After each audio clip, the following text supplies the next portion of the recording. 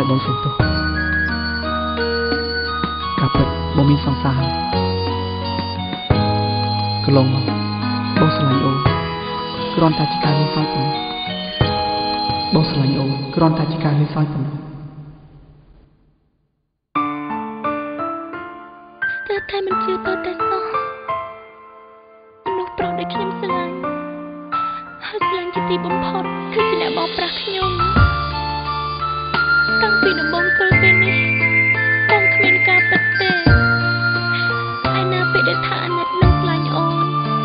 តែបងតែងតែនិយាយនោះ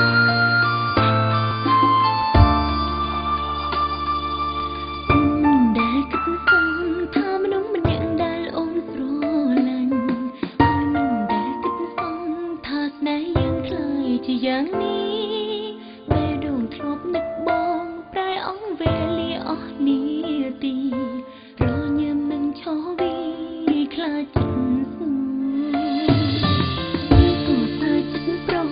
ដែលខំសុំបងឲ្យអូនជឿសងខំមានជំនឿជឿថាប្រុង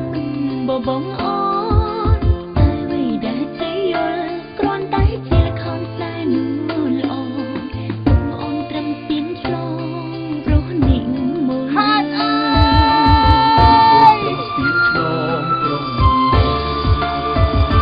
បើមិនបងហើយដើម្បីមកស្នេហ៍បើមិនហើយដើម្បីអាណិតមកសំចិត្តរឹតបេះដូងប្រឹងលួងលោមឲ្យអូនមើលវល់ចង់ឲ្យស្មងតែនឹងមកក្រោយក្នុងក្បួនបងកាន់ពើពើ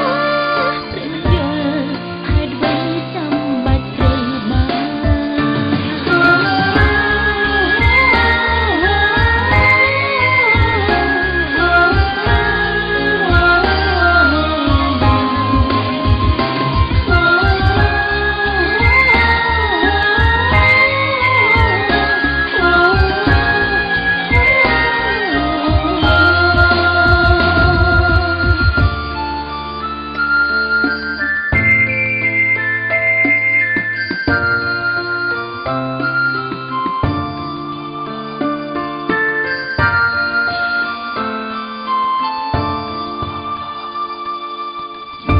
ពេលបងខ្លាំងធ្វើចិត្តឲ្យស្រឡះពី